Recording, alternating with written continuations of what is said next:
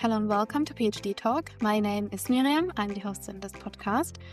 And for this episode, I interviewed Mike Young. Mike is a journalist and a science communication coach. He gives workshops on science communication for, scientists. And he focuses on communicating science on LinkedIn or X.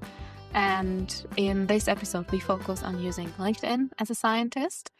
We talk about how you could be more active on LinkedIn, if that is something that you would like to do. The different ways in which you can be active on LinkedIn. There is more to LinkedIn than just posting. But we also talk about the other side of using LinkedIn. If you feel like you are maybe too much on LinkedIn, or if you feel like it's kind of a waste of time, then you will find some tips on how you can use your time more effectively and maybe enjoy using LinkedIn more. I hope that you enjoy listening, and then thank you very much for your time. And let's talk science communication. Then hi, Mike. Hello, Miriam. Nice to have you in my podcast. Nice to be here. Thank you. So we're going to talk about LinkedIn today. Yes. And scientists using LinkedIn.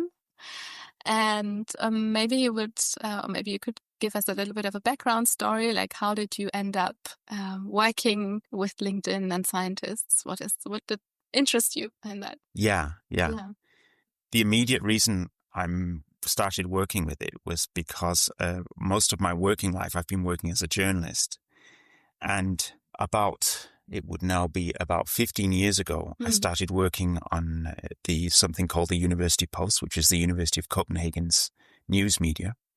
At the time, the news media was designed so that a lot of the content was produced by students and PhD students. And in order for that to happen, you have to put people through courses so that they have an incentive to kind of take part. And one of the courses was on using social media to find stories. So that was the kind of thing. And so, and I'm, because of my own background previous to that, I was very, very good at finding stories by using stuff like Twitter and some of the add-ons to Twitter. And what happened was we would have these, particularly PhD students, who would be volunteering to work as journalists, and they'd be using some of these social media skills for other things. One of the things they would be using them for was to further their own career.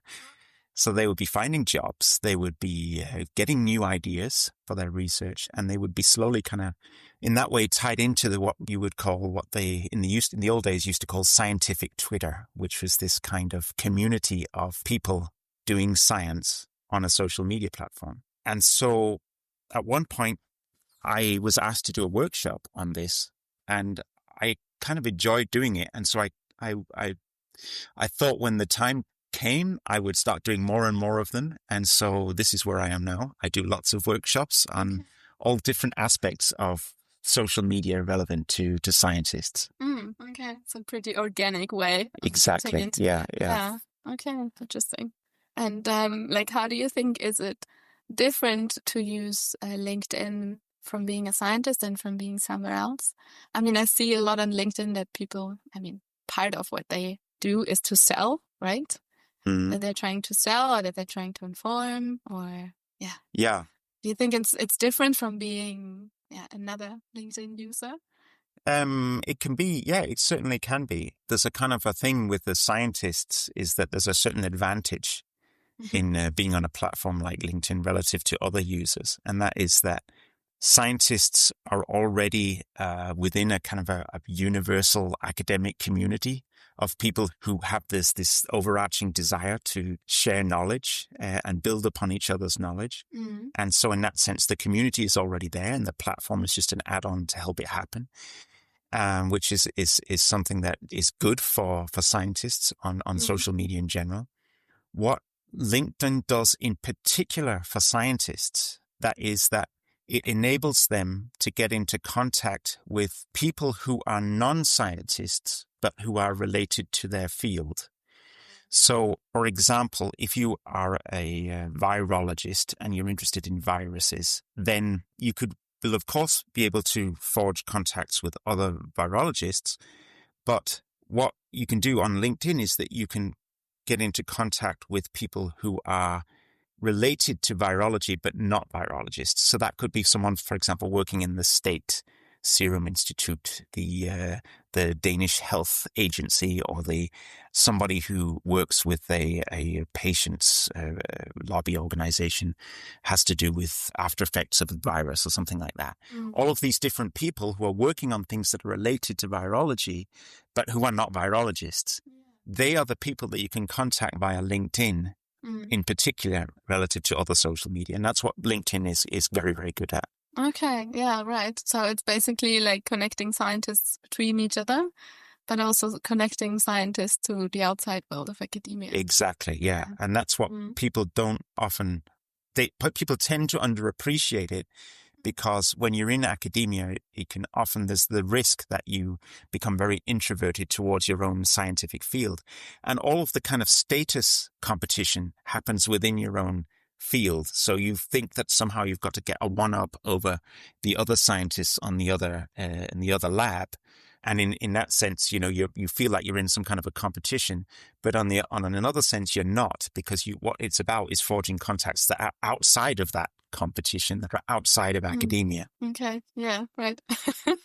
So that can also maybe like broaden someone's perspective, right? Like Definitely. It's not just about my little lab. And I think it can easily be if this is like more or less the only people that I interact with, because then I can see, okay, the person next to me got a postdoc position, or the person next to me got the professorship.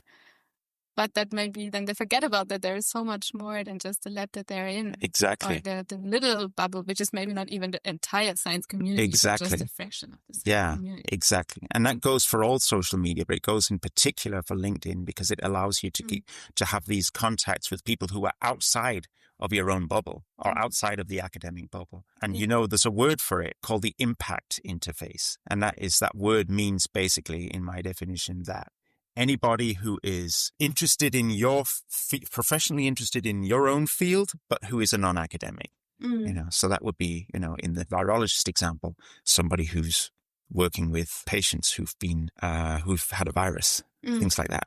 Yeah. Or an NGO that's working on lobbying for the attention towards some particular type of virus, or the Danish Health Agency, something like that. And that maybe is not just reduced to or limited to posting, right? It's also to commenting. Exactly. Because maybe when I want to write a post, then I'm trying to think, okay, who's going to read this? Which language can I use? How technical can I be?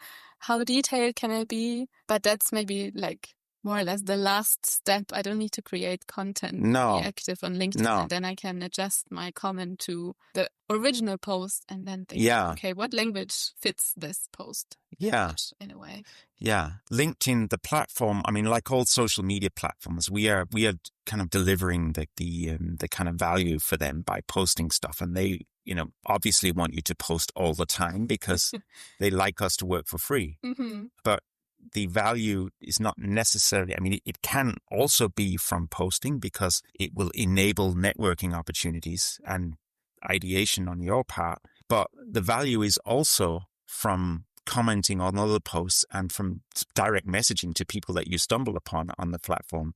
And that, you know, is not, you know, certainly not the direct messaging part. It's not something that's delivering value to LinkedIn, but it's certainly delivering value to you. Yeah, right. And so in that sense, posting is not everything. No, maybe that's also something that can be like a little bit of a lower entry barrier, because I know when I started thinking of using LinkedIn, then basically all I could think of is, okay, I need to write posts. I need to come up with something, but my research was not very like official. Exactly. I would just model, and I'm like, well, I can take a picture of my coffee cup, but no one's gonna care. No, exactly.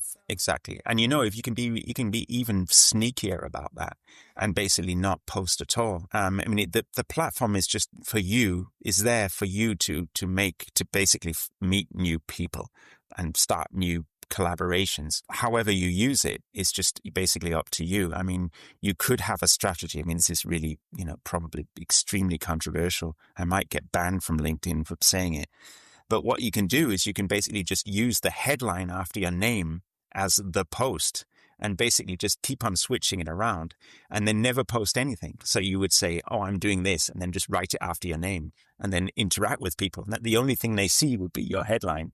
I mean, to take it to the extreme. But I mean, nobody does that. I don't even do it myself. And, it probably might be too extreme. But the point is that it's not just about stressing about posting. And when, one of the big things that I like to talk about when I do my workshops is basically I like to talk about self-care strategies and how to kind of avoid this whole idea that somehow you should somehow feel obligated to deliver something. I think that's important. But posting is good in one sense as well, because posting can be a way of meeting new people. People react to your post and they comment on it, and that can be the way that you talk to new people. It can be the way also in which you develop your own thought, so that writing a post about something can be something that it enables you to put a thought behind you, because you start using less cognitive energy on it because you've worked it through in the form of a blog post or a LinkedIn post. And so in that sense, LinkedIn can help you in that way as well. So I'm not against posts, but I'm against people stressing about upholding some kind of a routine for them that means that they've got to post every day, which is not the case. For a scientist, I think. So posting also, one could also look at posting as like a way of structuring my own thoughts. Exactly. Yeah. Exactly. You can use it like that. But, you can use a blog as that to do that function as well. Sure. But people do use it like that. And people use X, the competitors to X, Blue Sky, they use it for that as well. They use that as a kind of a way of keeping a kind of a tab on their own thought processes, and that's one of the good things about using the platforms, is that you can use it that way as well. Yeah, right. And then I'm leading the conversation more than I would when I'm commenting, right? I mean, then it's a bit more exactly reactive. Exactly. Yeah. And a little thing about the commenting on LinkedIn, I think that it's still a function on LinkedIn. And if you write a longer comment on somebody else's post, then you can press the post button and it basically becomes your own post. And so in that sense, a longer comment is just as conducive to finding new people to talk to as posting yourself. And so in that sense, you should think of a comment on somebody else's good post as something that has just as high value as a post in itself. Yeah, true. Yeah, what has also helped me, I mean, I took your course a while ago, and I actually, to be honest, took it out of pressure that I put on myself, because I thought, okay, I'm a scientist. I need to post because somehow I feel obliged, or if I want to advance my career, then this is a box that I need to tick. So I took the course and I was like, I'm not sure I feel. Did it advance your career? Well, I left academia, but I think it did. It just took me really a while to, and then I was like, okay, maybe it's not for me. I just leave it. And then that kind of took the pressure off me. And then like months later, I kind of got into feeling more comfortable about it. So it really took me some time, and then not having the pressure anymore. Now I enjoy it. Yes. But I mean, initially it was the pressure that got me to think I need to do this. I don't know what did the trick for me that put the pressure away. But that definitely habit. Definitely, that definitely helps. Do you have any tips on how pressure could be decreased? I mean, thinking that it's not a post that is needed is one thing, and then maybe one thing that helps me now is to really think, okay, those are people that I'm talking to, and those are people I'm commenting on, and they will probably be happy if I comment on their posts, because sometimes a post is just out in the void, and then you get a few likes and that's it. So responding is also nice, like, from a human perspective. And that kind of helped me a bit thinking. Yeah, it's a good point. It's a good point, thinking of as a kind of just an extension of a conversation in that sense. Yeah. I think that if I was to give advice to someone, and I kind of meet this a lot in my workshops, that you'll get a lot of people who have a kind of a reticence, shyness about posting. It's a big threshold to suddenly start being active. And I think what I generally try to do is to say to people that what I do and what other people should do is that you should set off time for it, so that you could say, all right, you know what, I know I have all of these different pressures, but I know this makes sense because my time is well spent, but I've just got to structure it in some way. Mm-hmm. And then just say, you know what, I'm going to do it every second Friday for 1 hour in the morning, and then put it in my calendar, and then be completely strict about it and say, you know what, I'm not going to do anything outside that time zone. Okay. And this is, LinkedIn will hate you for doing this, because LinkedIn wants you to keep on returning to see how many likes you've got on your post and stuff like that. And they'll keep on, sending you notifications because they want you to return.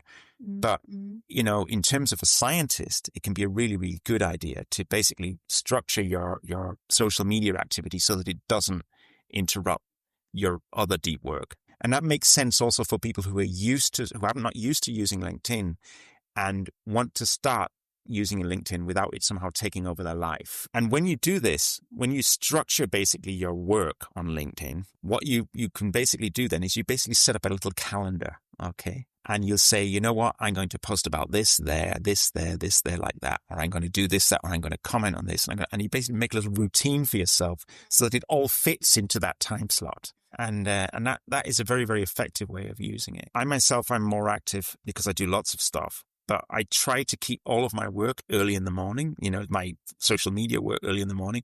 People laugh at me for doing this because they say, you're losing that kind of the whole point of the social media, which is a kind of real-time energy thing where you're commenting on real time.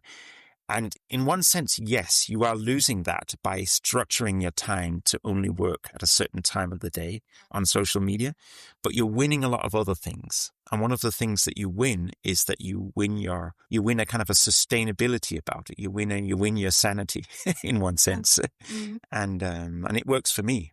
Other people can have another routine, but that's what works for me. And that's what I tell people when they're stressed about it and they're stressed about starting.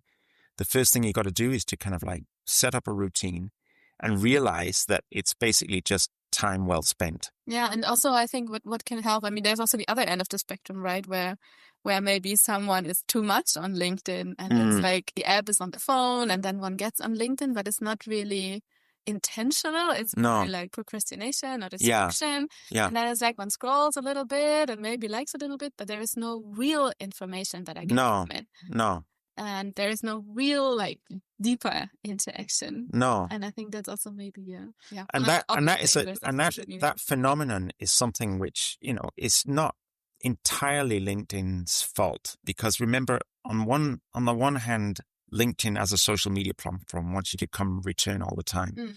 But if LinkedIn was rational, it wants you to return happy, and it doesn't want you to be addicted and have to go to a psychologist and then just get rid of your app. And what you're talking about, this kind of phenomenon of scrolling down a newsfeed and being distracted and being forced to congratulate people and the kind of feed goes around in a kind of eternal merry-go-round. This is something that you can actually avoid. On my workshops, I talk about these techniques to avoid scrolling news feeds so that you basically only see exactly the type of thing that you want to see on the platform. And I think that's important too. It's not because I don't think it's important to congratulate people, but when you keep on interacting with your news feed in that way, then you're basically just telling the algorithm that what is good for you is people who are successful, so that you can keep on congratulating them. And so it kind of sends you off on a kind of congratulatory spin-off tangent. And if you really want to kind of counteract that, you've got to basically kind of set off. What I do is I set off on the LinkedIn search field. I'll set up search strings, and I basically only enter LinkedIn through these search strings to avoid scrolling. Okay. So you don't just get into your newsfeed. Exactly. Yeah. So that's one of the ways to, and I try to show people how to do that, so they're acutely aware of avoiding that kind of distraction. Is that also then you don't get any advertisement? No, you would still get advertisement. You do, but you kind of like, and it's hopefully it's the better type of advertising. Yeah, right. I don't think advertising is bad per se, because it's, sometimes it can be good, I suppose, but, it's rubbish if you're just scrolling and then you're just, being distracted. Yeah. I haven't tested how much advertising is shown to me using that method relative to just scrolling down a newsfeed, but I suspect it's less, but I'd love to try it. Yeah, or you perceive it as less because it seems more relevant, right? Yeah, I mean, I also get ads that I'm like, thank you, that's an event that I would actually like to attend something, right? Yeah. So it's not, as you say, necessarily bad. And do you have other healthcare tips or self-care tips? Or self-care? Yeah, healthcare tips, not so much, but self-care. Self-care are probably a few. So that's one of them. I think that, one of the things that I've started to think a lot about over the last year or so, we kind of basically take it for granted that it's somehow something evil that is trying to exploit you. And the point is to basically exploit it instead of letting the platform exploit you. Attitude is relevant, because LinkedIn is like all social media platforms. It wants to show you ads so that it can make money. You want to avoid them, and you want to to basically network with other people. That's the reason why you're there. And you want to, get new ideas and stuff like that. But I think that when you only take a self-care perspective, you're actually being slightly egoistic in that sense, because we have obligations as well. And we have ethical obligations apart from just taking care of ourselves. Because if we were just here to take care of ourselves, then we wouldn't do anything. We would just talk to our psychologists. And and so in that sense, if you were to take on an ethical perspective, I'll just give you an example. Typically, scientists, they're funded by taxpayers or foundations, universities' own money, whatever. You'll get, or the EU. You'll get EU grants. You get this thing where they're basically being paid to live a lifestyle where they can pursue their own interest, which is a fantastic thing. And, people know they should show gratitude, and most scientists do show gratitude for that. But one of the ways in which you can do that is to basically show your gratitude to the people who are involved with your science in funding it, but also in a wider sense that made it possible, the people who have helped you along the way. And this is an ethical obligation. And so from a self-care perspective, you can all just say, I don't want to do anything. I just want to take care of myself. We have an ethical obligation to thank people who helped us to be the people we are and pursue the interests we are, but also to help others as well. So we have an ethical obligation, we have a gratitude. We also have an ethical obligation, for example, to, if we know that two people have to share an interest, to bring them together, So if you, for example, know that this job, for example, is ideal for this person, it's, you are fulfilling an ethical obligation by letting them know about it. And so these are the kind of things that these social media platforms enable us to do, to show gratitude and to link other people together. And so in that sense, there is an ethical dimension to working with a platform like LinkedIn, which in some ways it can conflict with the self-care dimension, because you can feel obligated to do something even though you don't want to do it. And even though it stresses you out. And when you kind of, to circle back to your original reticence when you turned up at my workshop a few years ago, you probably felt that ethical obligation because you needed to talk about your own work, but then you had the kind of self-care thing going on, which said that you didn't feel like doing it, and you thought it would be bad for your focus. Yeah, and also that I back then felt like I had just nothing to say. Yeah. Who would care? Oh, that's another thing. Yeah, that's another thing. I was actually I was listening to your podcast on the way in. I was listening to Mary Kobia, who you interviewed a few months ago, I think. And you and Mary talked about the imposter syndrome. And I thought, and it's very relevant for the type of things that I work with, because it's typical for younger scientists that they are surrounded by people who are somehow, they perceive them to be at a higher level of expertise than they themselves are. Yeah. And so everybody that they see are senior to them. That's just the way academia is structured, especially if you're a new PhD fellow. And they feel that they have nothing to say. They basically say that that's typical for people coming to my workshop. What do I do if I have nothing to say? Which is a kind of a crazy kind of perspective on things. Because, of course, their perspective is in many ways more interesting than their professor's perspective on this thing, because they're actually working with it. And their curiosity is they're being new to a field. They still have the energy of the curiosity, which more experienced people probably don't have to the same degree, or they have a different perspective on it. In that sense, the tall poppy syndrome or the imposter syndrome is something that you should really work with. And one of the ways to work with it is to think about having a routine for social media use. I think you can really fight back against it. And also allowing oneself that, okay, if something went strange, then okay, that's just how it is. I'm learning. Yeah. But yeah, I can really relate to this, because when I thought, well, if I talk about, I did life cycle assessment. So I thought, if I talk about my experience with life cycle assessment and Professor XYZ reads what I'm writing, they will think that I'm stupid. Yeah. it's really just like that, or it was like that. Now I think it doesn't matter. They're not your audience. No. Yeah. Because I don't need to talk to the people who know. And they don't. That's the other thing. Yeah. Yeah. They would look at. They're just happy that someone's talking about something they're interested in. But do you really think that it is important for the career of a scientist? Get greater chances of getting a higher position? I think that people tend to, that would be like their first motivation. If they were not active on social media, that would be one of the motivations. They would say, oh, you know what, everybody else is doing it, I better get there, because otherwise I'm not going to get the jobs. I'm not going to get the opportunities. And when I say jobs, I'm thinking mostly, not so much within your own field, but in related industries close to your field. It's certainly, it can help to have you forge contacts via something like LinkedIn. But I don't think that, I just don't think it's a nice, I don't think it's a healthy perspective to take on it, because if you're just looking at it as a strategic way of competing against the other candidates, you're not developing yourself. Ideally you should be there because you want to meet new people and you want to think in a new way and be a different place than you were 3 months from 3 months ago. And so in that sense, just using it for competition against others is not a nice perspective to use it. But certainly people do that. Everybody seems to be on LinkedIn. And so, it could be a good move. Yeah, but right. I mean, this is kind of like the scarcity mindset, if we like. Yeah. Coming from that place instead of coming from, okay, what can I bring to this place? Exactly. Yeah. Can I contribute? Yeah, exactly.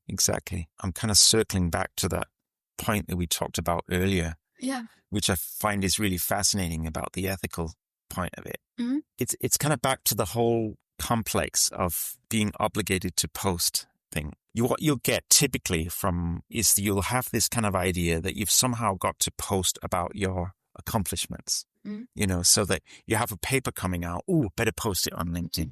And this is the typical kind of like the typical way that scientists will think about LinkedIn or social media in general, that I better post it on LinkedIn now, I've got my paper out.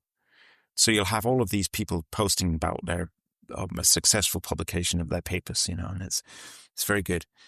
I'm not saying that you shouldn't do that, but this is like a kind of a minute portion of all of the different ways in which you can, first of all, post on LinkedIn, but secondly, interact on LinkedIn without posting. And so, just talking about being on LinkedIn just to post about your paper, it's like a strategy, but it's not really kind of like work in the long term.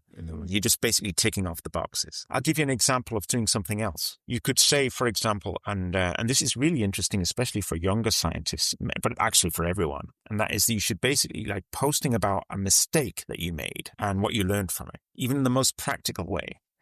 The good thing about that is that you avoid getting into the kind of bragging complex, because you're not bragging about what you just achieved.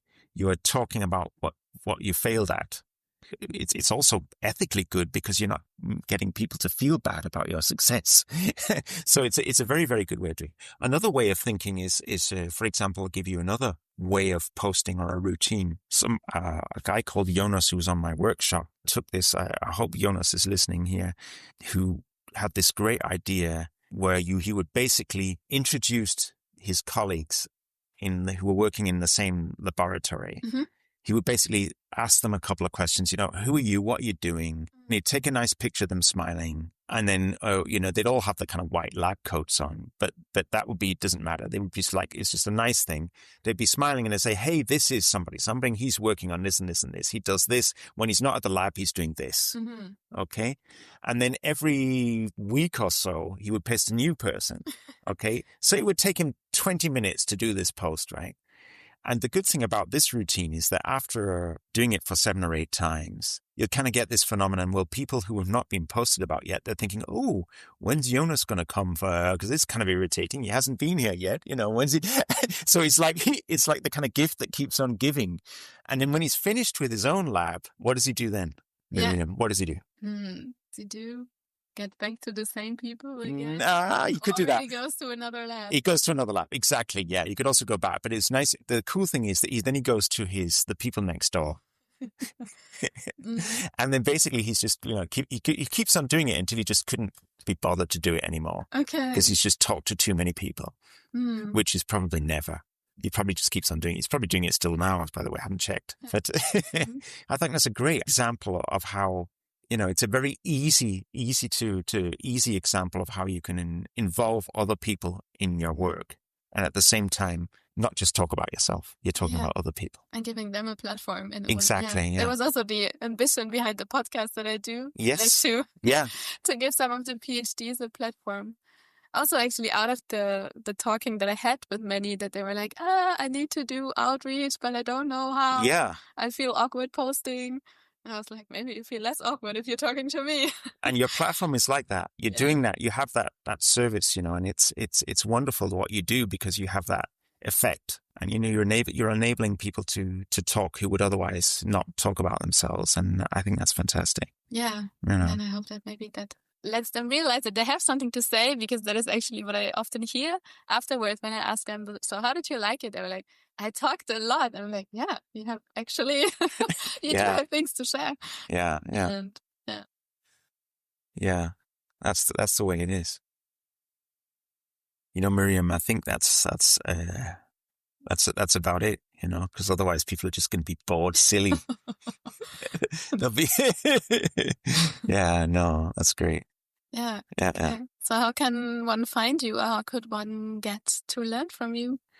You can look me up on, I have a website, mikeyoungacademy.dk.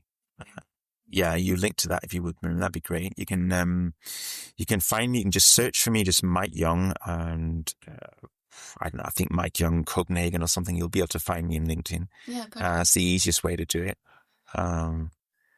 And I have a blog as well, which I regularly update. And at the moment, I'm focused a lot on self-care and ethics and social media. And you can put the link up to that as well. Mm-hmm. Yeah, I will. Okay, yeah, thank you very much. Thank you, Miriam. It's been nice talking to you. Thank you, likewise. I hope you enjoyed today's episode interview, that you learned something new and that you can look at LinkedIn in a different way, maybe, that you got some inspiration on how to use it in a way that suits you and your needs, and that can help you advance in your career or increase your network. And then if you liked this episode, if it was helpful, then we will be happy if you let us know in the post below, or in the post of this episode. Feel free to share the episode with your friends or colleagues. And yes, then I'm looking forward to welcoming you here again in 2 weeks. And take care and all the best. Until next time, yours, Miriam.